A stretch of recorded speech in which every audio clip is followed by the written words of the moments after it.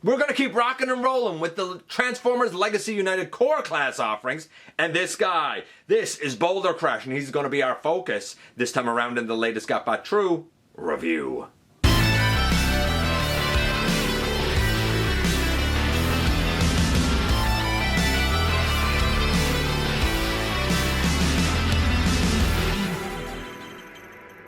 Hey one, hey all, welcome back to the channel. I'm your host, your most humble of hosts, Dennis Moulton, aka Gotbot. As always, please like, comment, share, of course subscribe, and while you are at it, light 'em up, baby. Hit that notification bell, please. It helps me out a ton, and it lets you know when content of all sorts goes up here on the channel. Check out Machinery of Man, The Everything Factor, all the groups that I'm either a mod or an admin for, as well as all of my social media links. All that's in the description down below, also in the description down below, and if you're in a position to help the channel to grow, you can use the donate link, check us out on Patreon, see what we have to offer to you through spring, or of course hit the join button at any given time and become a channel member. And this is Boulder Crash. I've been liking these rock dudes from the Infernac universe. They are, you know, amped up rock lords. They're not just rock lords. There are a few homages, but man, I think I like the way that they have turned out. This guy in package is a little bow-legged, so he's a bit taller, which I think is to his credit when he comes out of package. That said, when he immediately came out of package, there was something I really didn't like about him, and I thought it might be a hindrance. Is it? Well, we're about to find out when we head over to the table and take a closer look at this guy. And my first foray into the world of the Infernac universe was with Deluxe Class Magnus, who I think is absolutely splendid. I talked in that video a little bit about how the Infernac universe really comes from Inhumanoids and how these guys are kind of, as characters, both an homage to a particular episode of Transformers G1 Season 3, I can't remember the title of it right now, as well as Rock Lords from GoBot. So there's a few homages here, for sure. This is the second one, this being Core Class Boulder Crash.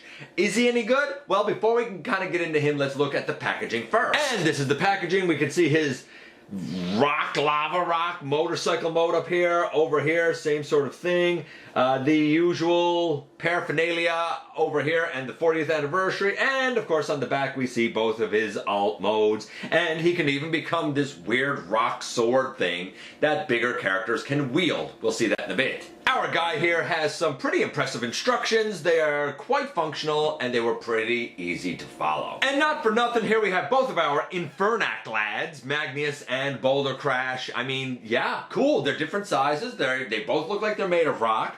Apparently, Boulder Crash here was originally supposed to be red quartz, or based on red quartz, but as more and more kind of bright red highlights, like on his blade, got introduced, he ended up kind of becoming more of like a lava rock theme, and you sort of see veins of lava going through his darker, like brownish, maroony kind of general body type, and I think that it actually worked out quite nicely.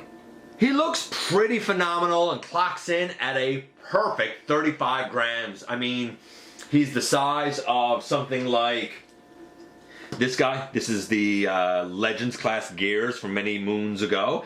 Same mass. Naturally, the prices have gone up. This guy is more expensive, but you know what?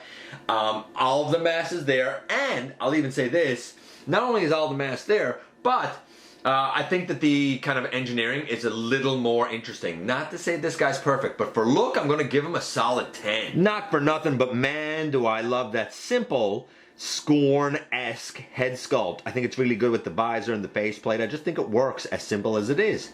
Obviously, he can hold his blade sword thing in his hand. That's cool, no problem. I'm pretty sure it's a 3mm peg. But let's say you don't want that. You're like, man, I don't really want to have that there. What else can you do with it? Well, at a package, the front wheel, I guess, is up, and these knees are kind of bent up. I did not realize that there was this big, long piece in the back. That was a bummer at first. However, down here you'll notice we have a slot, and we actually have a tab up by the blade section here. A rectangular slot, a rectangular tab. And if you really want, and I'll bring that down, you can put this in on his back, and it actually sort of works like a third stabilizing leg. It's not pretty. I'll give you that. It is not at all pretty, but it's a place to put it, and you know, not for nothing, you can certainly use it as like I said, another leg to help this guy who does not have ankle tilt to have like more dynamic poses or something, right? So I'm not hateful to it, it's just weird. Speaking of dynamic poses, let's look at his articulation. Naturally, because this is a whole new character with no fiction, his look is going to be a 10. Love the head sculpt, love the idea of the lava rock, cool, keep it up. Let's start at the head and do the articulation, even with all of this junk left on his back. The head goes left, right, a little up and a little down.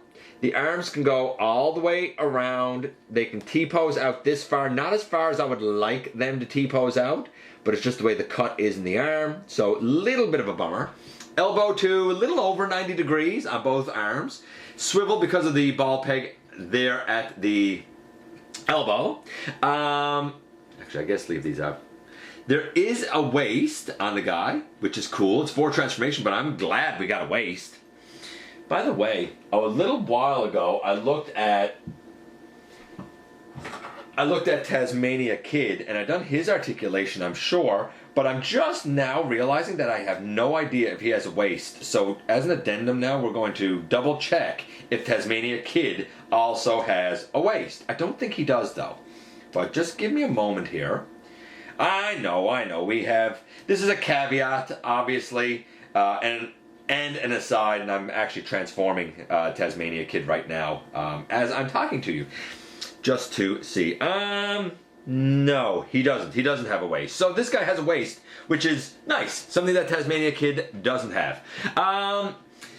The hips can go pretty much all the way out to the side. Unfortunately, you're always going to have this section kind of poked down. Leg goes all the way forward. I guess it can go all the way back, which is neat. We have a swivel because of the ball joint at the knee, and we do have a very deep knee bend. Nothing at the ankle.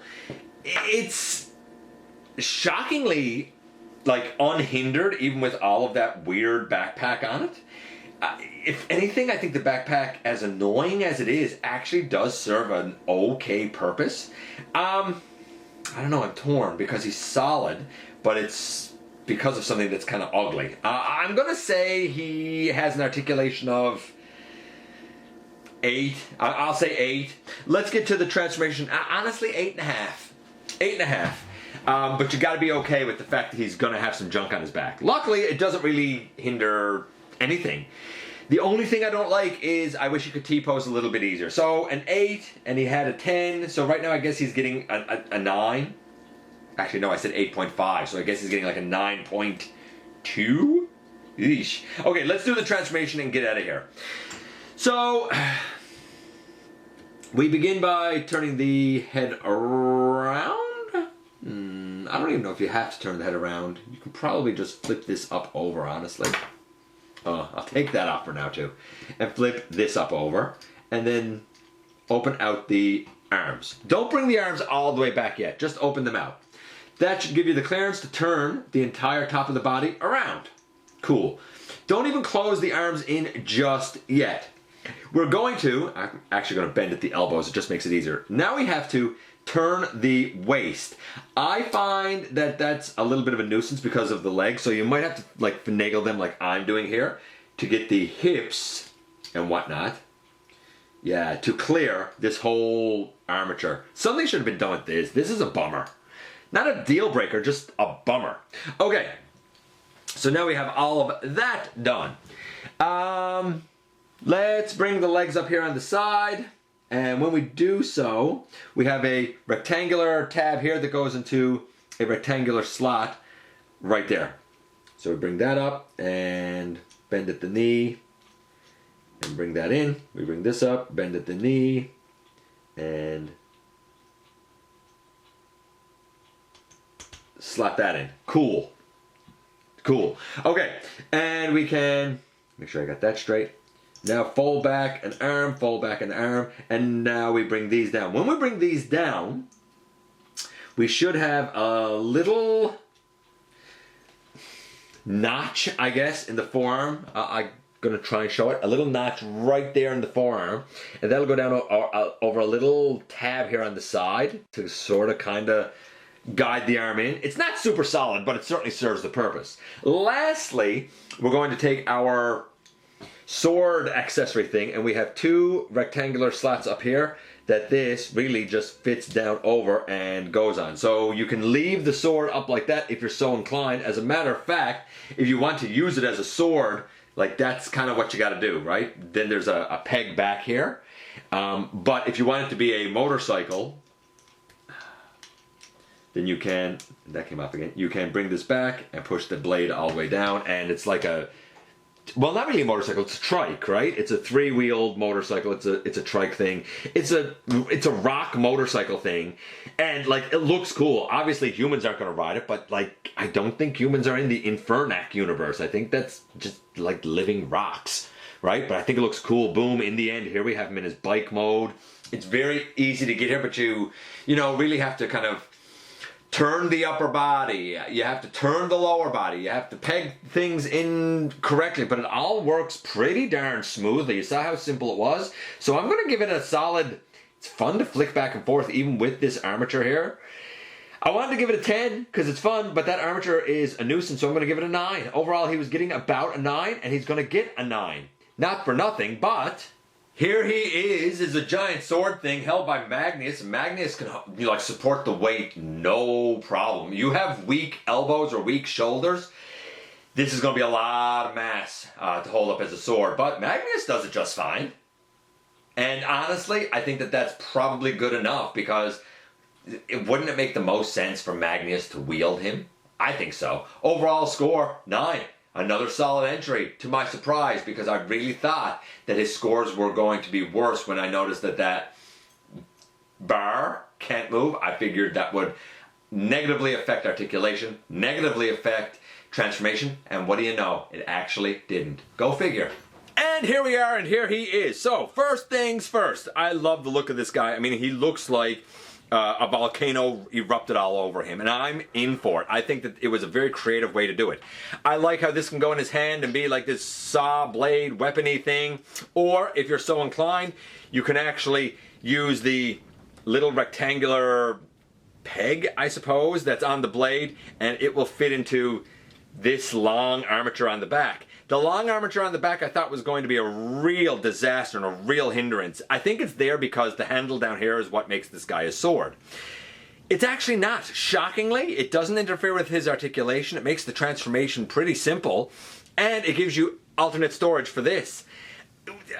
I don't know. I mean, he's going to have a big backpack with this tire here and this on the back, but honestly, the robot is still really functional.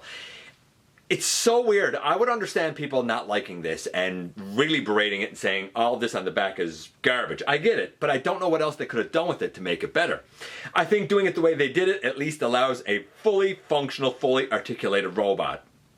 And because it is down so far and can work as a third stabilizing leg, maybe our guy here can actually score even more dynamic poses because of it. You know, it's one of those really weird design choices that initially will strike probably you the way it struck me as really negative, but the more you fiddle with this guy and kind of use that armature, the more you might discover that, you know what, it's actually to his benefit. I love Boulder Crash, but I understand if he's not for everyone. Let me know what you think about this guy. I appreciate you guys coming by, giving me some of your extremely valuable time.